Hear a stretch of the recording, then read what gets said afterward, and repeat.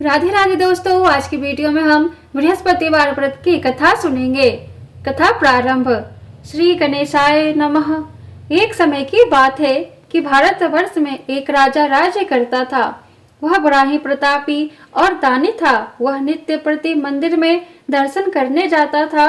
वह ब्राह्मण और गुरु की सेवा किया करता था।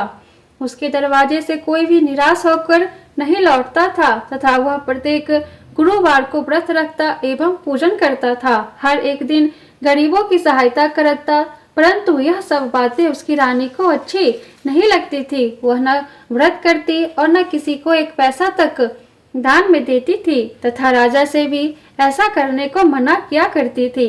एक समय की बात है कि राजा तो शिकार खेलने वन को गए हुए थे। घर पर रानी और दासी थी। उस समय गुरु बृहस्पति देव एक साधु का रूप धारण कर राजा के दरवाजे पर भिक्षा मांगने गए। रानी से भिक्षा मांगी तो वह कहने लगी कि हे साधु महाराज, मैं इस दान और पुण्य से तो तंग आ गई हूँ। मेरे से तो घर का कार्य ही समाप्त नहीं होता। इस कार्य के लिए तो मेरे पति देव भी बहुत हैं। अब आप इस प्रकार की कृपा करें कि सब धन नष्ट हो जावे तथा मैं आराम से रह सकूं। साधु बोले, हे देवी, तुम तो बड़ी विचित्र हो। संतान और धन से कोई दुखी नहीं होता, इसको सभी चाहते हैं। पापी भी पुत्र और धन की इच्छा करता है। अगर आपके पास धन अधिक हो तो भूखे मनुष्यों को भोजन कराओ, प्याव लगाओ, ब्राह्मणों को दान दो, धर्मशाला बनवाओ, कुआं, तालाब, बावड़ी, बाग, बगीचों आदि के निर्माण कराओ तथा निर्धन मनुष्यों की कुमारी कन्याओं का विवाह कराओ और अनेकों यज्ञ आदि कर्म करो। इस प्रकार के कर्मों से आपका कुल का और आपका नाम परलोक में सार्थक होगा एवं स्वर्ग की प्राप्ति होगी। मगर वह रानी इन बातों से खुश न हुई। वह बोली, हे साधु महाराज, मुझे ऐसे धन की भी आवश्यकता नहीं जिसे अन्य मनुष्यों को दान दूं तथा जिसको संभाल कर रखने में ही मेरा सारा समय बर्बाद हो जाए। साधु ने कहा, हे देवी, तुम्हारी ऐसी इच्छा है तो ऐसा ही होगा। मैं तुम्हें बताता हूँ, वैसा ही करना। बृहस्पतिवार के दिन घर को गोबर से लीपना, अपने केसों को धोना, केसों को धोते समय स्नान करना, राजा से कहना वह हजामत करवाए, भोजन में मांस मदिरा खाना, कपड़ा धोबी के यहाँ धुलने डालना। इस प्रकार 7 बृहस्पतिवार करने से तुम्हारा सब धन नष्ट हो जाएगा। यह कहकर वह साधु महाराज वहां से अंतर्ध्यान हो गए। रानी ने साधु के कहने के अनुसार वैसा ही किया। 3 बृहस्पतिवार ही बीते थे कि उसका समस्त धन संपत्ति नष्ट हो गया और भोजन के लिए भी दोनों समय परिवार तरसने लगा तथा सांसारिक भोगों से दुखी रहने लगे। तब वह राजा रानी से कहने लगा कि रानी, तुम यहाँ पर रहो, मैं दूसरे देश जाऊं, क्योंकि यहाँ पर मुझे सभी मनुष्य जानते हैं, इसलिए कोई कार्य भी यहाँ नहीं कर सकता। देश चोरी परदेश भीख बराबर है। ऐसा कहकर राजा परदेश चला गया। वहाँ जंगल में जाता और लकड़ी काट कर लाता और शहर में बेचता। इस तरह जीवन व्यतीत करने लगा। इधर राजा के घर रानी और दासी दुखी रहने लगी। किसी दिन भोजन मिलता और किसी दिन जल पीकर ही रह जाती। एक समय रानी और दासी को 7 दिन बिना भोजन के व्यतीत हो गए तो रानी ने अपनी दासी से कहा, हे दासी, यहाँ पास ही के नगर में मेरी बहन रहती है। वह बड़ी धनवान है। तू उसके पास जा और वहां से 5 सेर बेझर मांग कर ले आ, जिससे कुछ समय के लिए गुजर हो जाएगा। इस प्रकार रानी की आज्ञा मानकर दासी रानी की बहन के पास गई तो रानी की बहन उस समय पूजन कर रही थी, क्योंकि उस रोज बृहस्पतिवार का दिन था। जब दासी ने रानी की बहन को देखा और उससे बोली, हे रानी, मुझे तुम्हारी बहन ने भेजा है, मेरे लिए 5 सेर बेझर दे दो। इस प्रकार दासी ने अनेक बार कहा, परंतु रानी ने कुछ उत्तर नहीं दिया, क्योंकि वह उस समय बृहस्पतिवार की व्रत कथा सुन रही थी। इस प्रकार जब दासी को किसी प्रकार उत्तर नहीं मिला तो वह बहुत दुखी हुई और क्रोध भी आया और लौटकर अपने गांव रानी के पास आकर बोली, हे रानी, आपकी बहन बहुत ही घमंडी है। वह छोटे लोगों से बात भी नहीं करती। जब मैंने उससे तुम्हारा संदेश कहा तो उसने कोई उत्तर नहीं दिया। मैं वापिस चली आई। रानी बोली, हे दासी, इसमें उसका कोई दोष नहीं। जब बुरे दिन आते हैं तब कोई सहारा नहीं देता। अच्छे बुरे का पता विपत्ति में ही लगता है। जो ईश्वर की इच्छा होगी वही होगा। यह सब हमारे भाग्य का दोष है। इधर उस रानी ने देखा कि मेरी बहन की दासी आई थी, परंतु मैं उससे नहीं बोली, इससे वह बहुत दुखी हुई होगी। यह सोच कथा को सुन और विष्णु भगवान का पूजन समाप्त कर वह रानी अपनी बहन के घर चल दी और जाकर अपनी बहन से कहने लगी कि हे बहन, जिस समय तुम्हारी दासी मेरे पास गई थी तब मैं बृहस्पतिवार का व्रत कर रही थी, परंतु जब तक कथा होती है तब तक ना उठते हैं और ना बोलते हैं, इसलिए मां ना बोली। कहो दासी क्यों गई थी?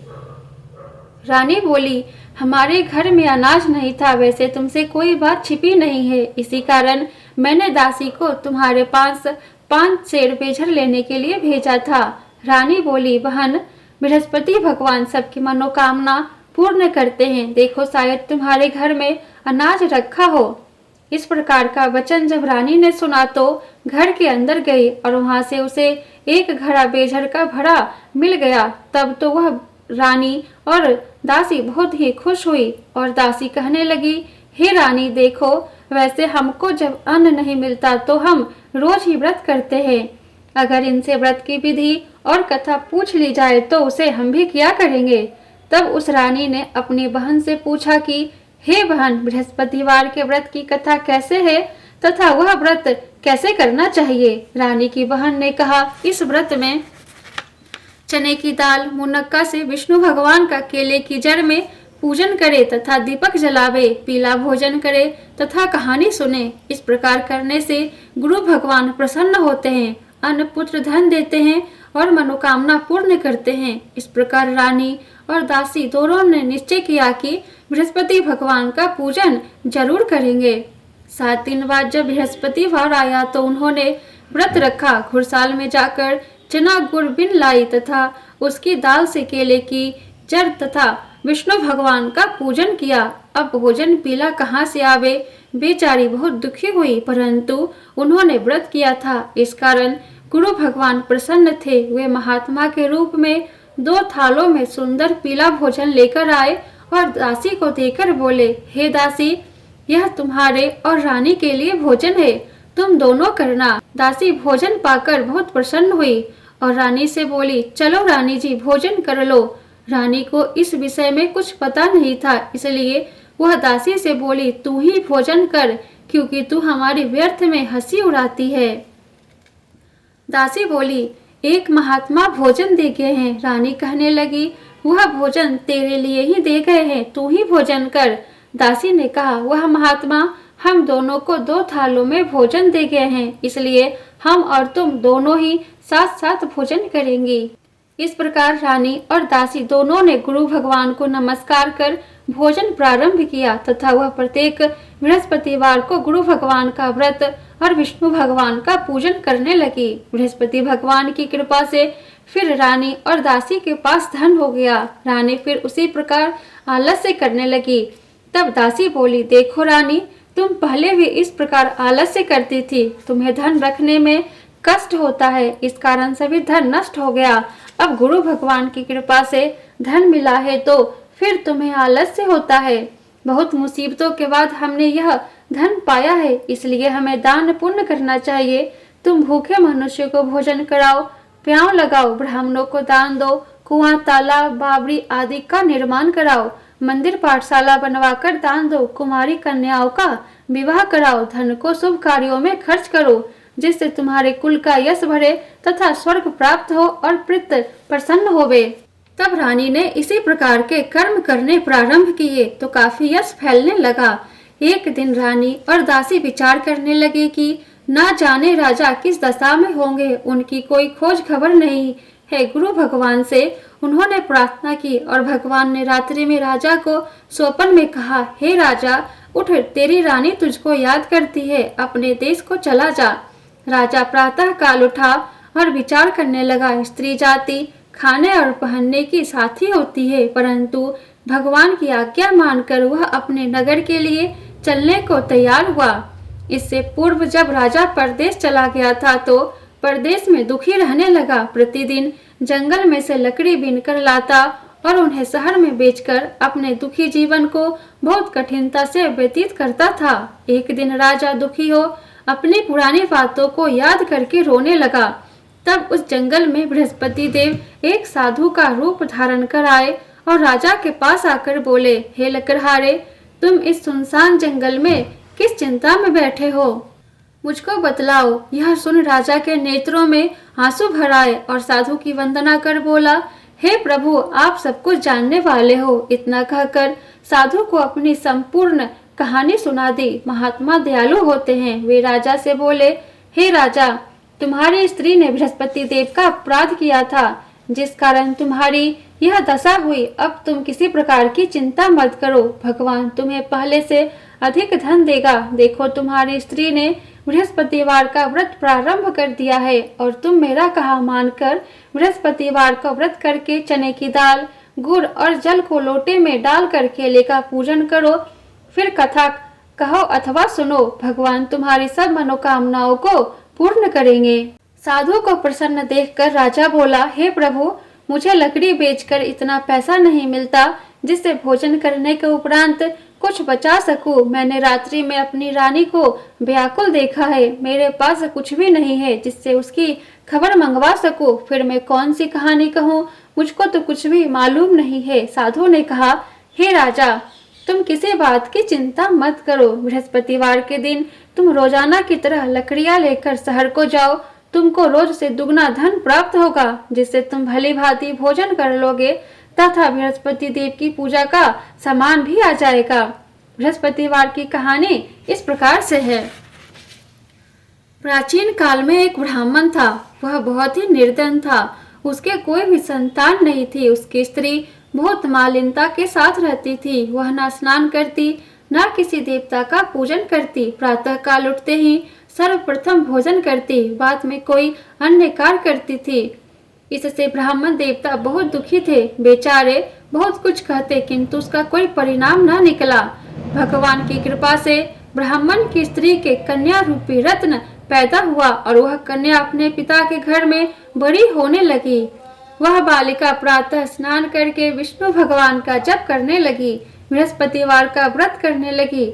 अपने पूजा पाठ को समाप्त करके स्कूल जाती तो अपनी मुट्ठी में जौ भर कर ले जाती और पाठशाला जाने के मार्ग में डालती जाती। वही जौ स्वर्ण के हो जाते तो लौटते समय उनको बीनकर घर ले आती थी।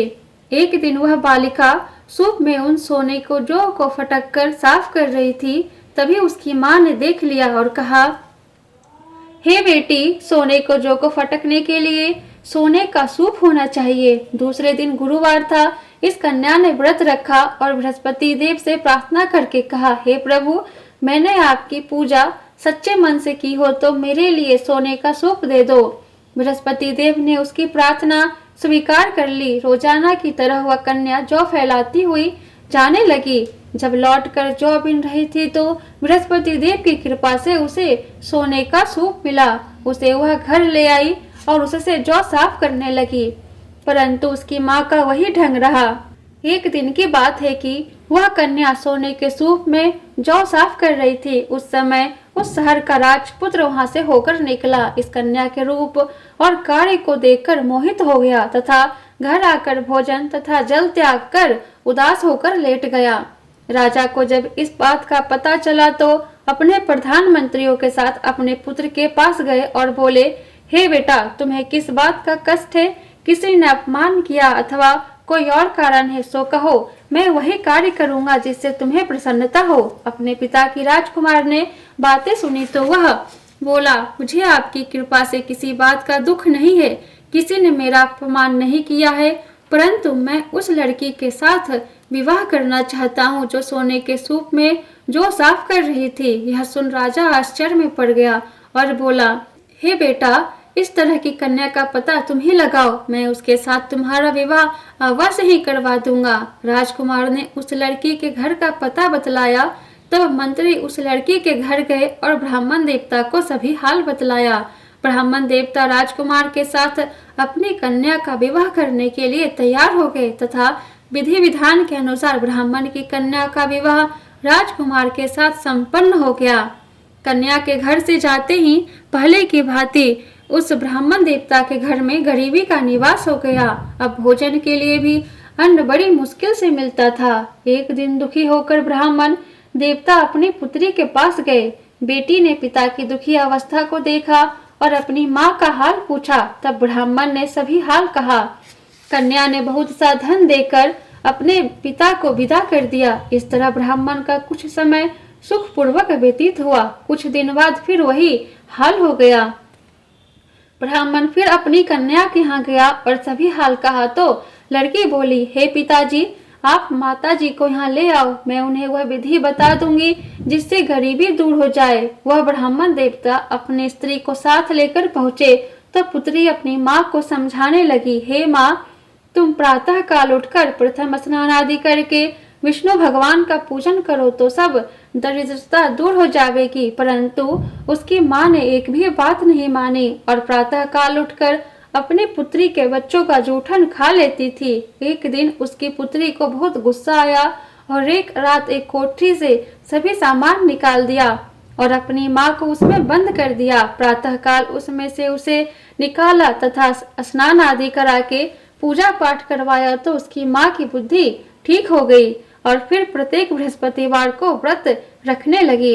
इस व्रत के प्रभाव से उसकी माँ भी बहुत ही धनवान तथा पुत्रवती हो गई और बृहस्पति देव जी के प्रभाव से स्वर्ग को प्राप्त हुई तथा वह ब्राह्मण भी सुख पूर्वक इस लोक के सुख भोग कर स्वर्ग को प्राप्त हुए। इस तरह कहानी कहकर साधु देवता वहां से लोप हो गए। धीरे धीरे समय व्यतीत होने पर फिर बृहस्पतिवार का दिन आया। राजा जंगल से लकड़ी काटकर किसी शहर में बेचने गया। उसे उस दिन और दिनों से अधिक धन मिला। राजा ने चना गुड़ आदि लाकर बृहस्पति देववार का व्रत किया। उस दिन से उसके सभी कलेश दूर हुए। परंतु जब दोबारा गुरुवार का दिन आया तो बृहस्पतिवार का व्रत करना भूल गया। इस कारण बृहस्पति भगवान नाराज हो गए। उस दिन उस नगर के राजा ने विशाल यज्ञ का आयोजन किया तथा शहर में यह घोषणा करा दी कि कोई भी मनुष्य अपने घर भोजन न बनावे तथा आग भी न जलावे। समस्त लोग मेरे यहाँ भोजन करने आवे। इस आज्ञा को जो न मानेगा उसके लिए फांसी की सजा दी जाएगी। इस तरह की घोषणा संपूर्ण नगर में करवा दी गई। राजा की आज्ञा अनुसार शहर के सभी लोग भोजन करने गए, लेकिन लकड़हारा कुछ देर से पहुंचा, इसलिए राजा उसको अपने साथ घर ले गए और ले जाकर भोजन करा रहे थे तो रानी की दृष्टि उस खूंटी पर पड़ी जिस पर उसका हार लटका हुआ था। वह वहां पर दिखाई नहीं दिया। रानी ने निश्चय किया कि मेरा हार इस मनुष्य ने चुरा लिया है। उसी समय पुलिस बुलवाकर उसको जेल खाने में डलवा दिया। तब राजा जेल खाने में गया तो बहुत दुखी होकर विचार करने लगा कि ना जाने कौन से पूर्व जन्म के कर्म से मेरे लिए यह दुख प्राप्त हुआ है और उसी साधु को याद करने लगा जो कि जंगल में मिला था। उसी समय तत्काल बृहस्पति देव साधु के रूप में प्रकट हो गए और उसकी दशा को देखकर कहने लगे, अरे मूर्ख, तूने बृहस्पति देवता की कथा नहीं कही, इसी कारण तुम्हें दुख प्राप्त हुआ है। अब चिंता मत कर।